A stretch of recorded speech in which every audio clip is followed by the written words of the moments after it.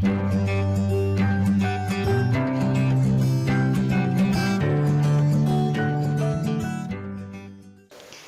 bismillah. Assalamualaikum warahmatullahi wabarakatuh. Kembali lagi dengan Bapak Rijal Nurdin akan membahas materi tentang kelas 12 masih semester 1 bab 2 demokrasi dalam Islam. Baik, sebelum mulai pembahasan, marilah kita berdoa terlebih dahulu. Untuk berdoa kalian bisa lihat di samping kiri Bapak. Bismillahirrahmanirrahim. Rabbi zidni ilma warzuqni fahma. Ya Allah, tambahkanlah kepadaku ilmu dan berilah aku karunia untuk dapat memahaminya. Selanjutnya kita akan bahas beberapa poin. Yang pertama, apakah pengertian dari demokrasi? Kemudian, kapan istilah demokrasi pertama kali muncul? Yang ketiga, apakah tujuan dari munculnya sistem demokrasi? Yang keempat, bagaimanakah pandangan dalam Al-Quran dan hadis tentang sistem demokrasi? Yang terakhir, bagaimana implementasi atau penerapan dari sikap dan perilaku berdemokrasi yang baik sesuai dengan pedoman agama Islam. Itu pembahas kita pada pagi ini. Selanjutnya kita akan mengetahui tentang pengertian demokrasi. Dari sudut bahasa etimologis, demokrasi berasal dari bahasa Yunani. Apa itu? Yaitu demos dan kratos. Demos yang berarti rakyat dan kratos atau kretien yang berarti pemerintahan. Jadi, secara bahasa, demokrasi adalah pemerintahan rakyat atau kekuasaan rakyat. Winarmo 2006 80-90. Adapun menurut Abraham Lincoln, demokrasi adalah pemerintahan dari rakyat, oleh rakyat dan untuk rakyat. Government of the people, by the people, and for the people. Setelah pengertian, kita akan mengetahui kapan pertama kali istilah munculnya demokrasi. Sejarahnya itu pertama kali muncul pada abad ke-5. Yaitu pada masa politik filsafat Yunani kuno. Di kota apa? Di kota Athena. Berasal dari dua kata, ya tadi, demos dan kratos. Demos yang artinya rakyat, kratos kekuasaan atau kekuatan. Disebut sebagai sistem politik negara Yunani sebagai wujud perlawanan rakyat pada sistem aristokrat atau kekuasaan elit. Setelah membahas sejarahnya, selanjutnya kita akan mengetahui tentang tujuan demokrasi. Apa tujuannya? Adanya sistem demokrasi yaitu memberikan kebebasan dalam berpendapat dan berekspresi. Jadi ketika kita punya pendapat, maka kita bisa meluapkannya gitu, dengan adanya demokrasi tersebut. Yang kedua, mencegah perselisihan antar kelompok. Jadi dengan demokrasi akan mengurangi atau menghilangkan tentang perselisihan. Yang ketiga, menciptakan keamanan dan ketertiban bersama. Jadi adanya demokrasi bisa aman semuanya dengan menciptakan dengan ketertiban.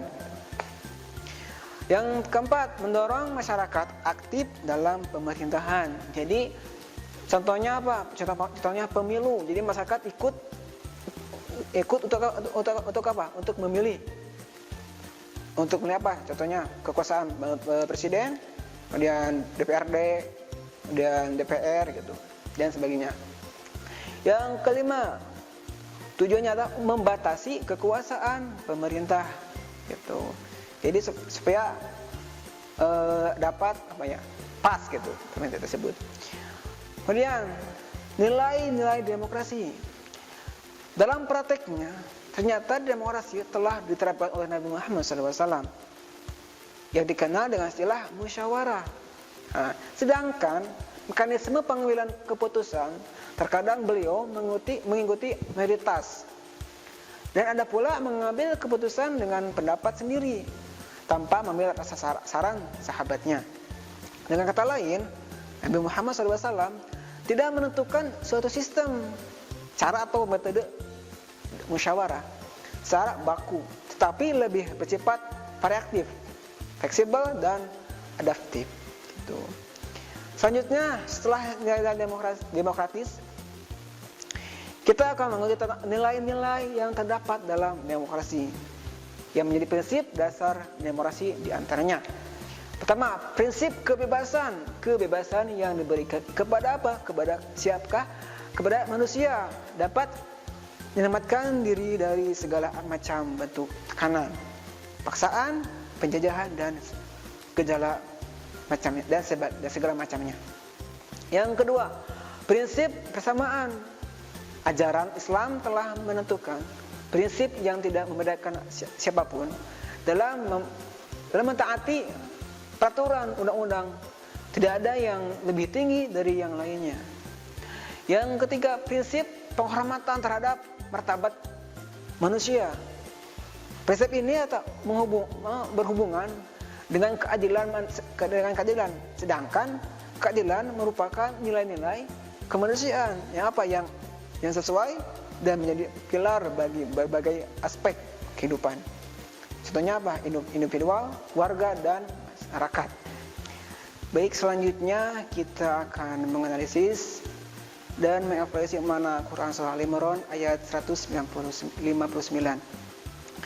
Bismillahirrahmanirrahim.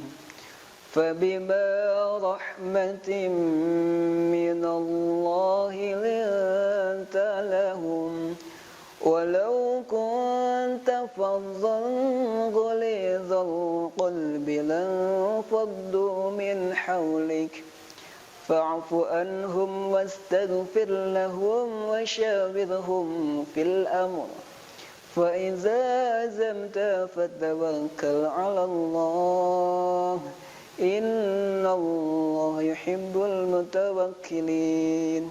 Yang artinya, maka disebabkan rahmat dari Allah, kamu berlaku lemah lembut terhadap mereka. Sekiranya kamu bersikap kasar lagi berhati keras, tentulah mereka menjauhkan diri dari sekelilingmu. Karena itu, maafkanlah mereka, mohonkanlah ampunan bagi mereka, dan bermusyawarahlah dengan mereka dengan urusan itu. Kemudian apabila kamu telah membulatkan tekad, maka bertawakallah kepada Allah Subhanahu wa taala. Sesungguhnya Allah menyukai orang-orang yang bertawakal kepadanya. Selanjutnya, isi kandungannya yang terdapat pada surah Al-Imran ayat 159. Yang pertama, memecahkan masalah dengan cara lemah lembut. Yang kedua, memaafkan mereka. Memaafkan mereka. Itu orang yang bermusyawarah.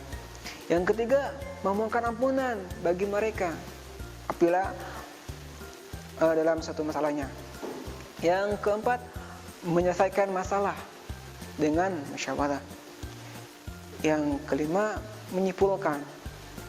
Yang keenam, bertawakal kepada Allah Subhanahu wa taala. Setelah isi kandungan, adapun surah Al-Qur'an lain yang menjelaskan tentang demokrasi, itu pada surah Asy-Syura ayat 38 yang berbunyi, A'udzu billahi minasyaitonir rajim. Bismillahirrahmanirrahim. وَالَّذِينَ اسْتَجَابُوا لِرَبِّهِمْ وَأَقَامُوا الصَّلَاةَ وَأَمْرُهُمْ شُورَى بَيْنَهُمْ وَمِمَّا رَزَقْنَاهُمْ يُنْفِقُونَ. Yang artinya, dan bagi orang-orang yang menerima atau mematuhi seruan Tuhannya dan mendirikan sholat, sedang urusan mereka diputuskan dengan musyawarah atau mereka menafkahkan sebagian dari rezeki yang kami berikan kepada mereka. Quran Surah Asy-Syu'ara ayat 38. Yang selanjutnya kita akan mengenal prinsip dan kaidah demokrasi ajaran Islam. Yang pertama ada yang kaidah ta'aruf, itu saling mengenal, sering kita kenal dengan contohnya orang yang ta'aruf. Yang kedua, kaidah syuara, ya. Itu musyawarah yang sering kita lakukan gitu. Yang ketiga, kaidah ta'awun. Apa itu kaidah ta'awun? Itu sama dengan kerjasama. Contohnya dalam menunaikan tugas gitu. Itu ta'awun. Yang keempat, kaidah maslahah, yaitu menguntungkan gitu. Sebenarnya dalam jual beli gitu, maslahah. Yang kelima, kaidah adalah, bukan adil tapi adalah ya. Keadilan Islam. Setelah prinsip, kita akan menerapkan sikap demokratis dalam kehidupan sehari-hari. Yang pertama, saling menghargai perbedaan pendapat. Nah, jadi dalam bermusyawarah ataupun dalam kehidupan sehari kita bisa menghargai mereka. Contohnya kulitnya, rasnya, gitu. Jadi tidak ada perbedaan pendapat gitu. Yang kedua, tidak memaksakan kehendak pribadi. Jadi adanya toleransi gitu. Tidak memaksakan diri. Yang ketiga, mementingkan maslahat umum dibandingkan diri sendiri. Jadi kita utamakan bagi umum dulu, baru khusus bagi kita. Yang keempat, memberikan kesempatan kepada orang lain untuk apa? Untuk melakukan ibadah sesuai keyakinan dengan cara yang baik. Adanya toleransi antar umat agama gitu. Yang kelima, bersikap jujur dan amanah. Nah, ini yang sulit kita lakukan. Namun ringan dikerjakan, namun susah dilaksanakannya. Gitu. Mungkin cukup untuk pada pagi ini materi Bapak yang sampaikan. Nanti kita bisa lanjut di bab selanjutnya. Sekian, terima kasih. Sebelum tutup, akabinnya kita doa terlebih dahulu. Kalian bisa baca bersama-sama. Bismillahirrahmanirrahim. Subhanakallahumma wa bihamdika asyhadu an la ilaha illa anta astaghfiruka wa atubu ilaik. Sekian, terima kasih. Assalamualaikum warahmatullahi wabarakatuh. Kunjungi sosial media lainnya seperti website kami di pkbmalfata.com, Facebook PKB Malfata Mananjaya, Instagram PKB Malfata _official. Dan terima kasih telah klik video ini. Jangan lupa like, comment, share, and subscribe untuk menunjukkan dukungan kamu terhadap channel ini. Enjoy the video PKB Malfata.